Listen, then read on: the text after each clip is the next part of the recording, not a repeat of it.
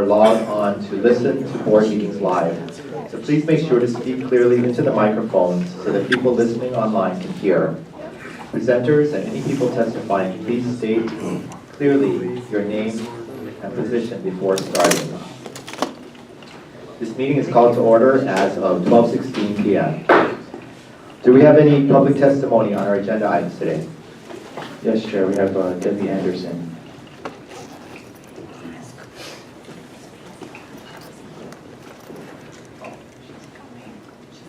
Is the testifier here? Debbie.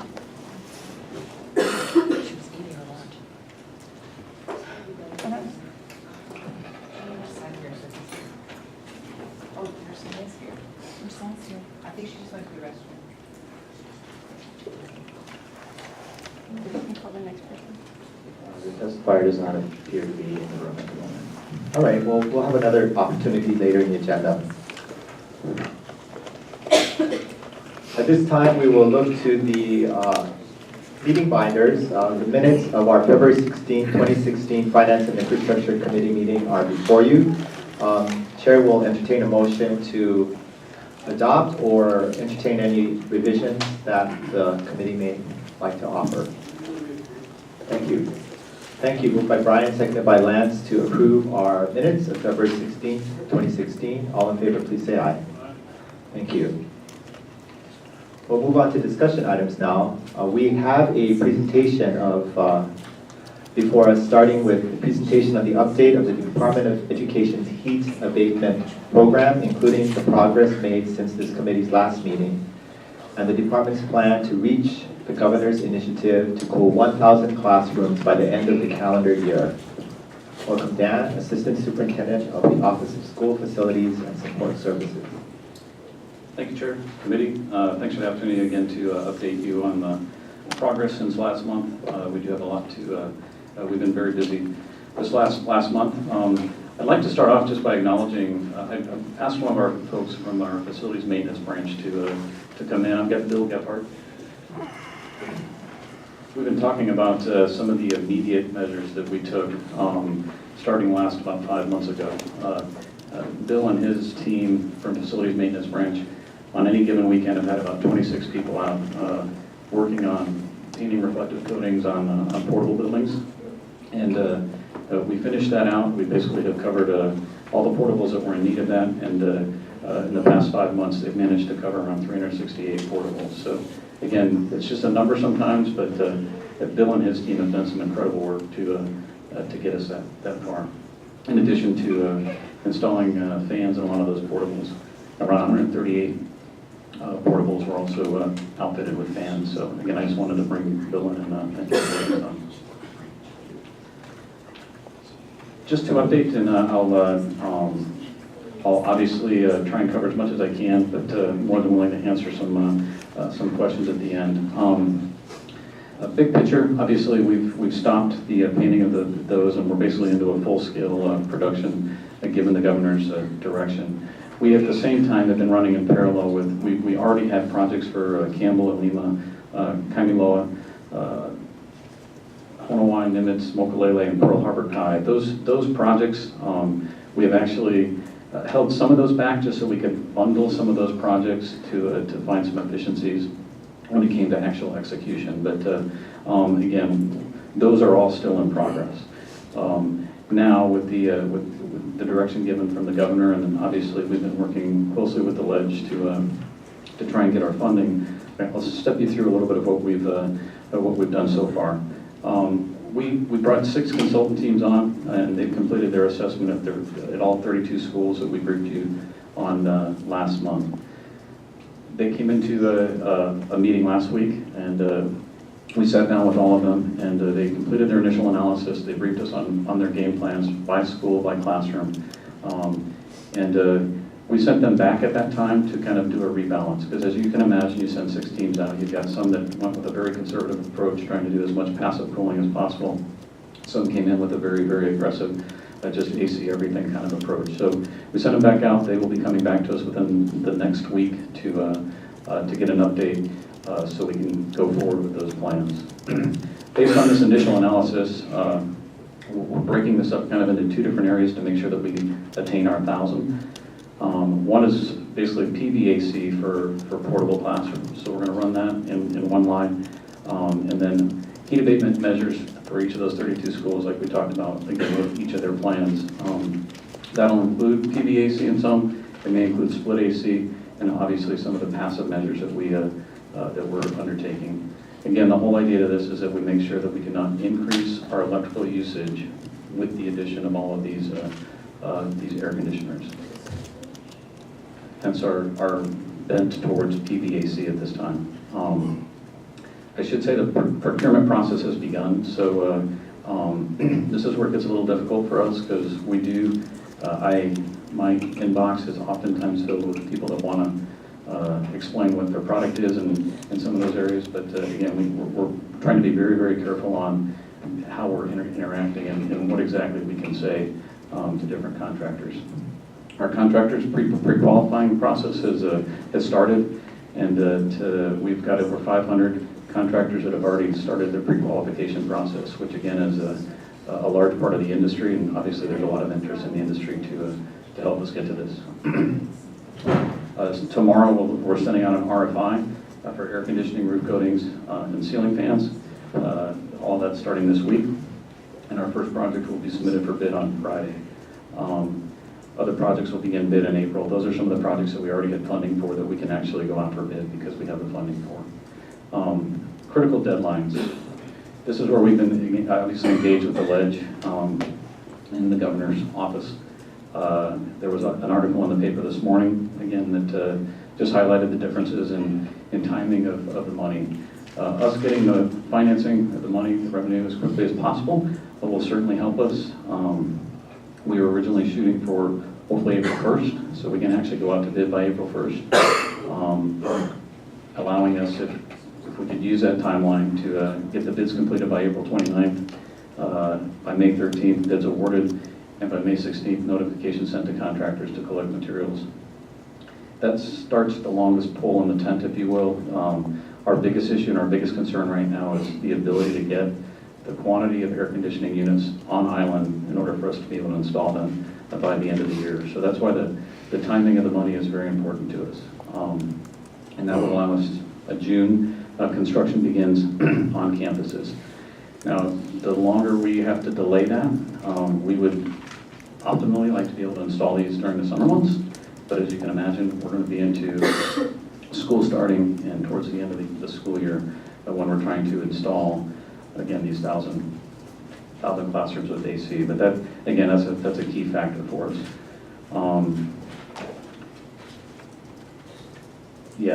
Just to reiterate, again, we cannot get any contractor to go out and actually purchase air conditioning on a promise unless we have money in hand. So again, that's our biggest concern right now.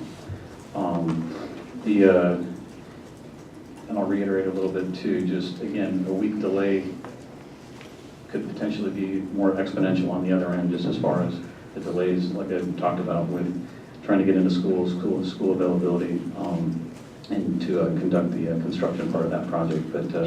But we've been busy, we've been working this, having a plan. Again, it's just, I can't reiterate enough, it really does boil down to us receiving the funding in time. With that, I'll open it up to any questions. Thank you, Dan. Thanks for the efforts of your office. Any questions? Thanks. Dan, so given the timing of the funding and the ordering of the air conditioners, then is it realistic now to assume that you're going to be able to make the $1,000 classroom mark, or is there a more realistic figure that we should consider? We're going to make every effort to do so. If we did receive the funding by April 1st, I'm confident that we could get to that 1,000. I think as we progress beyond that, which is most likely going to be the case from what we're understanding from the legislative areas right now, I think by the end of December of this year, we will be able to definitely say that we are actively involved in putting AC in 1,000 classrooms while the construction of 300 of them still remains to be completed, or again, a number, something like that. But we'll clearly be actively involved in doing it. It's just it may not be actually installed by December 30th. And that's kind of the approach that we would take. But Thank you. Thank you, Jim.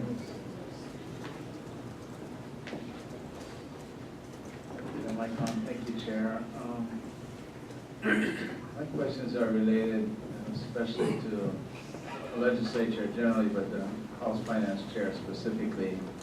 But first of all, I mean, where did you get this April 1st date? I mean, did somebody in the governor's office tell you that you were going to get the money before the legislature adjourned? I mean, it's not realistic. Why did the DOE ever think that you were going to have the money by April 1st? again, that was, I would say, straight coming from the governor's office.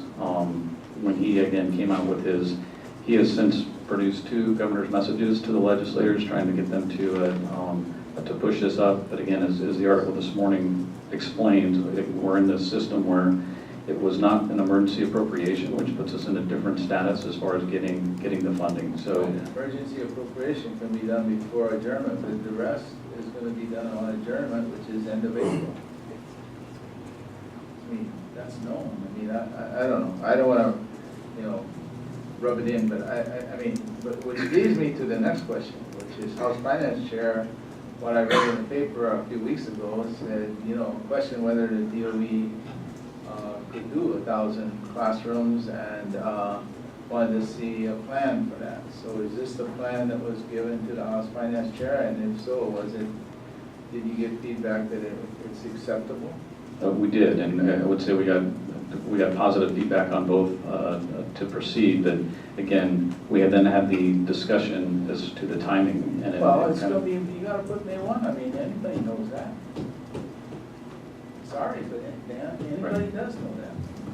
If you don't have an emergency appropriations blasting through the legislature, it's not going to be April 1. So I don't see why you keep talking about April 1.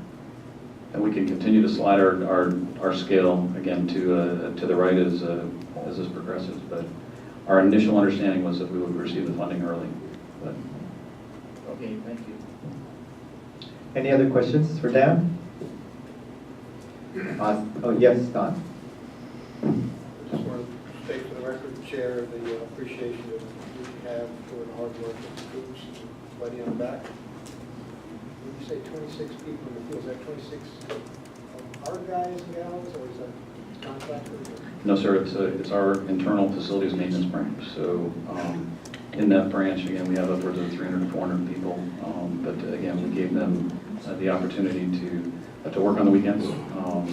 It was a considerable savings over, again, the other options to actually execute it in-house. What is the delta reduction, the thermostat, you put that on the roof to the family? Most studies show at least 10 degrees of a delta, and we've been able to confirm that in the portables that we have done, where we have readings before. So that was the estimate going in, and you've got the post. We have. We have, and we're on the order of 10 degrees, if not more in some areas, considering. We've actually considered painting the certain walls. You can imagine a west-facing wall in the afternoon. And there's products out there where you can actually paint that reflective coating, particularly for our single wall portables, which we have. Even if you do put air conditioning after the fact, Right. it's still going to take a load off that air conditioner, don't get it treated. Exactly. And after they get ready from the utility standpoint, it's still. That is exactly our approach. Thank you. Any other questions for Dan? If there are none, we will move on. Next, we have another presentation on the update of the Department of Education supplemental budget request for 2016 to 2017 and the House Committee on Finance decisions. Along with Dan Carlson, we also welcome Brian Allen, Director of our Budget Branch. Welcome, Brian. Thank you. Good afternoon, Chair Chan and Vice Chair De Lima, members of the committee. As indicated, we'll be going over this memorandum, this update memo. It's for agenda item 5B, update on the supplemental budget request. So what we're talking about here is an update on the status of the bill moving through the legislature and what the House Finance Committee has done with that bill, House Bill 1700. this is the bill, copy of the bill, it's 311 pages. This is what passed or was filed or posted online Friday afternoon, last Friday afternoon. We've been going through the bill and trying to get you as much detail as we can, but at this date, the budget details or the budget worksheets are not posted, they're not available, so we don't know with certainty how they've handled each of the line items. So we're going to have to be talking some generalities, for at least for the operating budget. What is detailed in this bill are the CIP projects. So as Carlson will be able to go through that with you by project, but I'll only be able to cover by EDN 100, 150, general fund funding. So I want to walk through the memorandum. There's several attachments, A through E, kind of building what we know at this point in time. Just to recap, in early January, the department went before the Finance Committee and the Ways and Means Committee and did a budget briefing. And attachment A summarizes what was presented. It compares the board's request of $70 million to what made it into the executive budget request, about $45 million in general funds, additional funding. The board had asked for 18 items. 9 of them had made it into the executive budget proposal, either full or partial funding.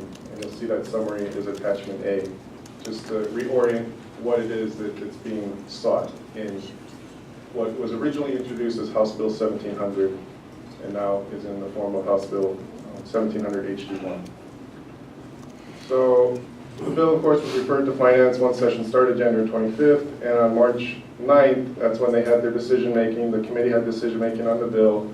And at that point, they issued a press release, that's attachment B, that sort of summarized some of the thinking that went into that bill or their decision.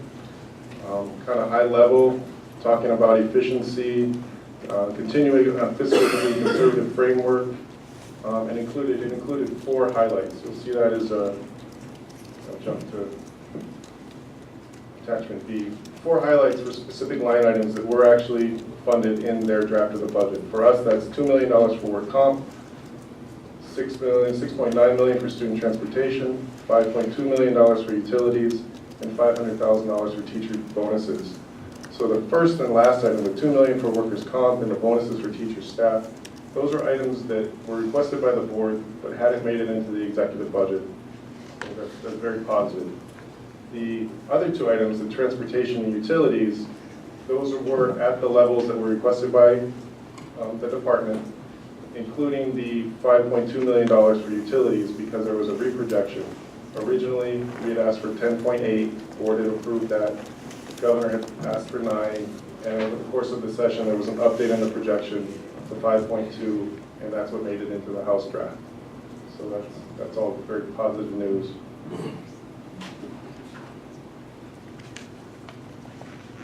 Then what accompanied the bill when it was posted online on Friday was their committee report. Unlike traditional committee reports that explain in great detail by department changes from what was proposed to what they decided, this is a little atypical of a committee report. It just summarizes who testified in support and against, and then reported the total change in general fund appropriated or included in the draft. So what they reported is that the general funds approved by the Finance Committee was about $84 million less than what had been requested by the governor. So that's in line with the statement about being fiscally conservative. So that's pretty much all we can get from the committee report. Then we have attachment D that summarizes by EDN the general funds that made it in the draft. So the first column, their Act 119 represents what's already in the base budget for the biennium budget for fiscal year 17. The $1.536 billion in general funds. Next column, the board had asked for $70 million. Executive requested include 45, and sort of the big shocker. The House HD1 column represents 16.9 million. So you can see by EDN, you get a sense of which EDNs were not funded as requested. In particular, EDN 100. We see that the board had requested 47 million. Governor had included 27 million. And what made it into the House draft was 3 million.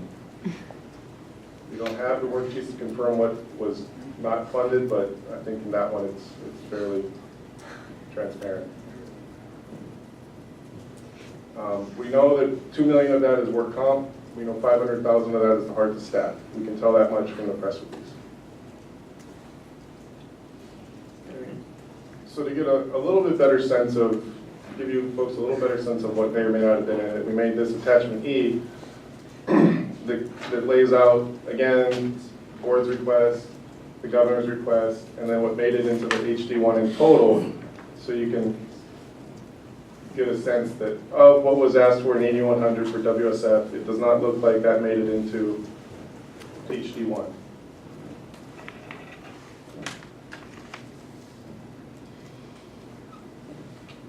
What is indicated in the totals for EDN 400, that's the sum total of what was asked for bus and the 5.2 million, the adjusted number for utilities. So, you know, that matches exactly what they said would be funded in the press release. But in total, we see EDN 200 and 300 being higher than what had been asked for, and we see 100 and 150 being lower, and 700 being lower as well. Okay. And then there's a proviso where they deleted a proviso that was in there from the biennium budget. It's related to the charter school true-up that gives us additional instructions on how to calculate that, what to exclude, the grant and aid appropriations, as well as excluding the hard-to-staff bonuses that the department in fiscal year 16 had been instructed to pay on behalf of charter schools. So we see that proviso being deleted. So that's as much information as I think we have at this point in time on the operating budget and what's in the bill. Unless there's any questions, I'd turn it over to A.S. Carlson for the CIP. Okay, why don't we proceed? Dan? I think the last 3 pages that you have there, obviously, are a breakout of our CIP. And let me just kind of step you through the. We have been in continuous interaction with the FIN committee, and they've asked for our input. They've asked for our again what we think of some of these different things, and we again continue our dialogue. If you look overall, if you look at actually the bottom line, it looks great. It looks like we're going to get $327 million in total CIP. Which is, again, I think better than what we expected, and we're happy for that, and happy to execute what we have there. But let me just highlight, if you go back up to the top part there, of that $327 million, only $174 million are actually into our lump sum categories for the last 2 projects that you see on there, the Campbell Building and the heat abatement money. And I'll get to those here in a second, but of that is only 174. So all the rest is all legislative add-ons, which you can see those projects that are, again, outlined below. While all of those are great, and we appreciate the funding and the opportunity to actually accomplish those projects are not necessarily ones that would have been at the top of our priority list, had again been given up to us to actually prioritize those. So if you step through then the lump sums, in condition, we've got around 81 million. Again, that's good. We're thankful for that. But we would anticipate with only 81 million in repair and maintenance, we would probably see a slight uptick in our backlog of repair and maintenance. We currently are hovering around 300 million in backlog. The next 3 categories are the ones that concern me. From lump sum equity is around 16 million. Capacity is only around 11 million. I'm sorry. Program support is around 11 million. And capacity is 16 million. One thing that is missing from a line item, for example, is Solomon Elementary. That's a DoD OEA project that we have with the DoD. They're providing 80% of the funding. We're only providing 20% of the funding. We did ask for 6.7 million to finish that school out, to be able to match that. Again, that was not a line item in their proposal. So what does that mean? It was kind of like about a year ago, I think I was talking to you about when the heat abatement stuff came up, that $6.7 million bill is a must pay. We have to do it. It makes fiscal sense to do it, but I would have to take that out of our equity lump sum category in order to pay that bill, which again would then obviously restrict our ability to utilize the money in that equity lump sum. So again, those are some of the trade-offs. I would say the highlights for us, again, Solomon was not line items, and we're going to actively engage with the Ways and Means Committee as they step through this, just to make sure that they're aware And then the other one that's, again, a little bit of a surprise to us, we had asked for $35 million for the Campbell High new classroom building. It's the last line number before you get to the totals, and we were only given $15 million. So can we continue? Yes, we can continue, but can we get it completely built out? Not with $15 million. So again, those are some of the things that will be engaged with the Ways and Means Committee as this progresses. Thank you, Dan. Are there any questions for Brian or Dan? Yes, ma'am. Thanks, Chair. Just had a question again. Can you refresh my memory again on the 6.7, the DOD grant? Wasn't that part of the EDN that related to the heat abatement costs? Because you had, It was, and that was one reason why we did not have right, last you year. had 15 million, and then 6.7 of that was the matching DOD grant. So that's under the equity. That's the same line. item. Correct, exactly. And that's the issue that we had in previous years was oftentimes those are the kind of projects that would eat into our ability to do other things. And we're not commingling funds again anymore, right? No. I mean, When I say that, I mean, we're not putting expenses that are not directly tied to, let's say, a heat abatement expense for an unrelated expense. no, sir. Brian, do you have a? I just want to quickly add, next steps would be, it's going to go to the Senate, and then April 8th is their deadline to produce their draft, and then by end of April is when we'll see the final draft. So right now we've seen Act 1 of a three-part plan. That was my question, just to educate this one member. So this process is on the House side, and this is primarily input from committees, non-quote-unquote finance. Is that clear? So this is the product of the Finance Committee, and I believe their process takes into account, they have an internal process that they're receiving input from the subject matter committee. But it passed the bill to the floor, to the full chamber, and they voted on it in second reading. Tomorrow they vote on it in third reading. After that, it'll be transmitted over to the Okay, Senate. so I understand now. So this has been through Chairman Luke's process. It's not making a stop in the House. On any other committee, it's on the floor, and then from there it goes to the Okay, thank you. Senate. Thank you. Any other questions? Seeing that, we'll move on with the agenda. Before we move on to action items, we will check the gallery to see if our testifier is now in the room. Yeah, we have one testifier, Debbie Anderson. Welcome. Chair Chun and Vice Chair DeLima and committee members. I had just emailed our state librarian less than a week ago because I am a perennial lifelong educator, and in 2009, about 7 years ago, I had to try to keep my highly qualified status in social studies. So the test that I'd taken more than 20 years before, test 80, had switched to test 81. So I had to retake the test. So I went on to the public library databases, the Hawaii Testing and Education Reference Center, logged on there, created my account, and studied hard and got a great certificate of excellence. So this year I'm working on adding middle-level humanities onto my license, so that'll be my 10th certification. And I went back 7 years later, logged on through there, and I can access all 17 components of the CLEP that'll help me be able to really, beef up and strengthen my learning and getting ready to have more quality stuff.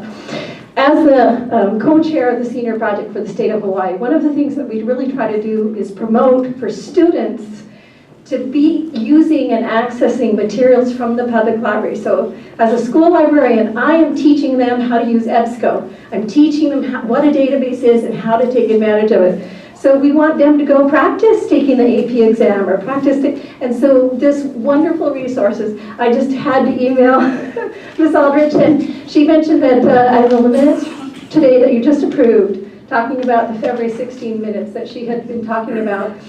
There's the policy 9200 that talks about the internet access use policy that you're going to just review and approve again. And I just have to say, it's to have that kind of longevity of commitment to resources that we can use professionally, but then we can also pass on to empower, whether it's our EL population or anyone else that wants to grow. They can access such an incredible depth of resources. I just wanted to say thank you to everybody, and especially our wonderful state library. Thanks. Okay, we will now move on to action items. First, as referenced by the testifier, we have an action item on a number of proposed board policies relating to public libraries. So I'd like to call upon our state librarian, Stacey Aldrich, to provide us with a presentation on this item. Thank you, Chair Chen. Good afternoon. Based on all the reviews of the policies that have been happening over the past year that I've been here, we were also asked to review the library policies. There are currently 7 policies, and we're recommending changes to 3 with 1 additional policy to add.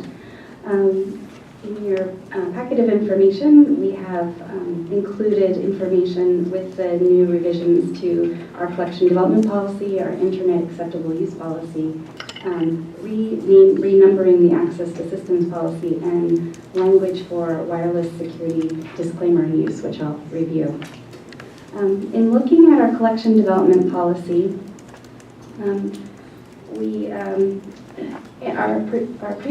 our current collection development policy actually has many pages that are just copies of policies from the American Library Association, and it's somewhat confusing because it's not clear what is our real policy around how we collect and how we maintain and how we make decisions about our collection.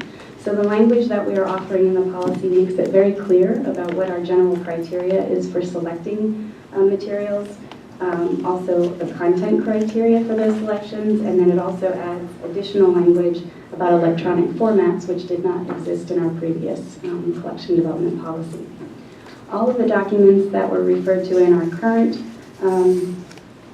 collection development policy, we've now created live links to live documents because things have changed over time, and we continue to review them, but the American Library Association really does represent library standings on how we look at information and access to information. So all the language, again, we tried to simplify, make clearer, and we've also revised our patron request for reevaluation of library materials. So if someone has a concern over a particular book in the collection, they can ask that material be reevaluated. That currently isn't really accessible to people, and so we hope to make that accessible to the public. I don't know if you have any questions about the collection development policy. It's a little bit longer, but it's only longer because we actually define our criteria more specifically. So if anybody were to have a question, we can point to this. And this is general practice. Any questions? Amy? I mean, if you look at this policy in comparison with our other policies, maybe with the old library policy, it's shorter, but it is, I mean, I think most of our policies are a little bit less prescriptive, I would say. And I'm wondering if there's somewhere else in the public library, implementation rules and regulations that some of this might belong better than Board of Education policy. Like, even the links, for example.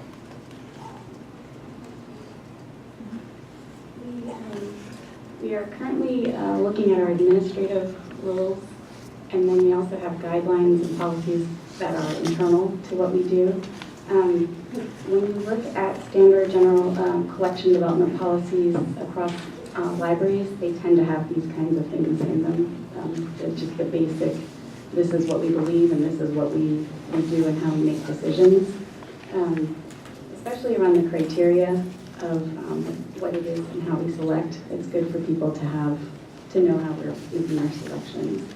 The links to the documents, I think it's more of a referral because we are talking about the fact that we do adhere to larger practice. Whether or not we include them, we can take them out, but it's more of a information if people want to review more.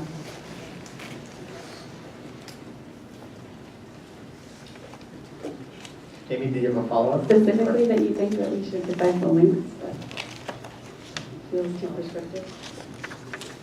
I mean, I think we've had a number of conversations about board policy getting into implementation as opposed to a general overall broad policy. And when you're listing criteria, and I try to put that in terms of criteria in a Board of Education policy governing what happens in the Department of Education, I don't think we usually have very specific criteria like the general content and additional criteria for electronic formats. I just, as we've gone through this policy audit and looked at them, I think that's one of the critical eyes that we have taken to this process is that it truly is a policy. It's not a prescription for implementation, and something that generally lies more appropriately in the agency's rules, other rules and regulations, whatever you would call them at the library. So honestly, I haven't spent a lot of time digging through this to pick, apart language, but just looking at the sheer size of the policy, that was the first notable thing. Any other questions or comments? I appreciate Amy's concern. I guess my question for the head of the state library is, do you feel this, you've been, your resume is very impressive from being in charge of this state library and a variety of jobs throughout your career. Do you feel this is too prescriptive and getting into administrative, corporate chief executive officer realms, or is this 30,000 feet enough for you from a policy perspective? I do appreciate looking at this. We thought long and hard about how much we put into this and where do things go. I think from our standpoint, it's important to have a policy that's clear and understandable to the public about how we make decisions about the materials we collect and how we make those decisions. We could put them in another... So let me just interrupt. So what I'm hearing you say, you probably agree with Amy, but there is some method to the madness, because this specifically is more therapeutic because it sends a message to the public that the Board of Education felt this is so important that we memorialized it, and you feel that is something that is why you've done this granularity. Yes. Did I say that correctly? Yes. And it's something that if you find cumbersome, you can always come back to us and make some adjustments. Yes. Okay, thank you. Okay. Any further discussion? Brian? I move for the approval of the draft as recommended by the librarian. Second. Okay. Any discussion? Okay, I will note for the committee's reference that the state librarian has requested action as indicated by Vice Chair De Lima with the indication that everything will go to the Attorney General's office to ensure that all language is clear and appropriate. And if there are any substantive changes that are required subsequent to that review, she'll come back to us. But otherwise, Chair, I think the public's consumption also acknowledge this is a recommendation to the board. Yes, We'll get yes. another hearing to Amy's point again, we'll get more. Right. We're just moving along at this point. Yes, sir. Okay. Thank you. Stacy, did you have any other? We also have our We internet need policy. we need to vote first. Oh, Okay, so we'll vote on the collection development policy, and then we'll allow you to speak on the internet use policy. So there's a motion on the floor. All in favor, please indicate by saying aye. Aye. Thank you. Stacy, please proceed. thank you. The next policy that we reviewed was the internet acceptable use policy.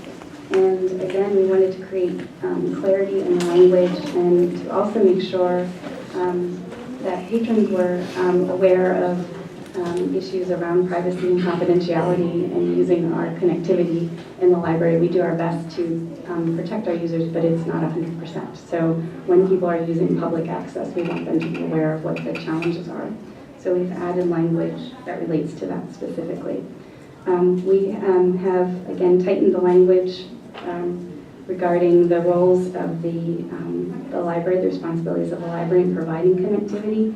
We've had to include the fact that we are in accordance with federal Children's Internet Protection Act. We use our federal dollars for internet connectivity and for computers, so we have to abide by I move for the approval of the policy as recommended by the librarian. Do you have a second? Second. Any discussion? Okay, motion on the floor with the same proviso for follow-up review by Attorney General's office. All in favor, please say aye. Aye. Access to system facilities. All right, thank you. I think this was just one that was missed when we were renumbering the policies, and we're just recommending that it be renumbered to the same numbering scheme as the rest of the policies, so making it E600.7. Okay, so that's just a renumbering recommendation. Yep.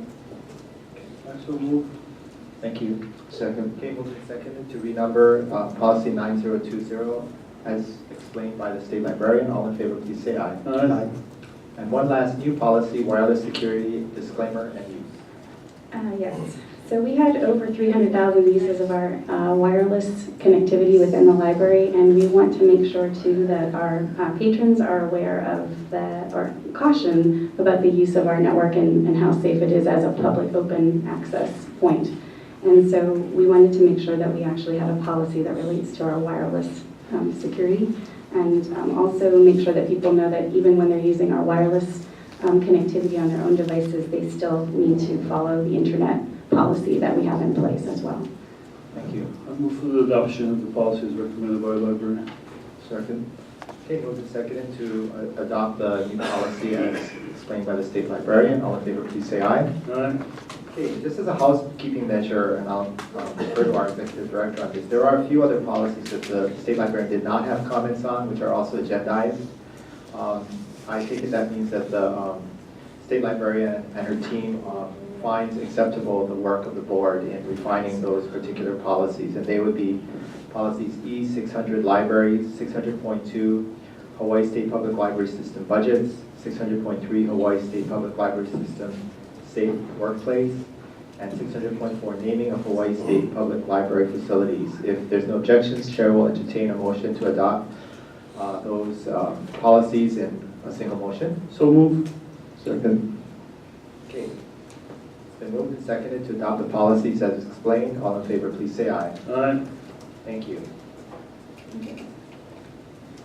Okay, that dispenses with the first action item. And finally, we have an action item on the Department of Education's operating budget restriction for fiscal year 2015-2016 and the disposition of the charter school true-up funds. I'd like to call upon committee member and board chairperson Mizumoto to provide a presentation on this item. Thank you, Chair. If the committee recalls, the board had approved a restriction of funds relating to both the charter schools and certain EDN items. What the board did not do, and as well as the committee, was determine if the charter school true-up funds, once they were determined and there was a savings returned back to the DOE, how those funds would be reallocated. And based on the governor's philosophy of providing for as much funds as possible back to the schools under the WSF, I'm making this proposal to put as much back as possible based on the memorandum, with the exception of funds of about $90,000 to be used in conjunction with our efforts to review and extend the strategic plan. Roughly $11,800 for Board of Education staff expenses that include computers and a printer, as well as $100,000 for the allocation of funding a fourth position for the board staff. As you can appreciate, the staffing of our board is fairly thin right now. I think we're down to 3. We have an unfilled position, but we do need another position to be funded, and this would be the way to do it, at least in the short run, and hopefully when we go through the next budget exercise that we'll be able to provide permanent funding for this position. So the recommendation is in the memorandum. with the exception of the funding for the fourth position of $100,000. I second the motion. Okay, are there any questions for Chair Mizumoto?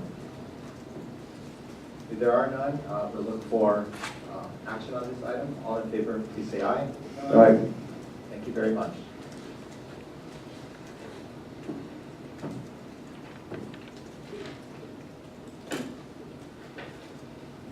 We will now vote to go into executive session to consult with the board's attorney on matters described in the agenda. May I have a motion to that effect, please? So move. Second. Seconded to go into executive session now. All in favor, please say aye. Aye. Okay, we are in recess to allow the staff to prepare the room for executive session.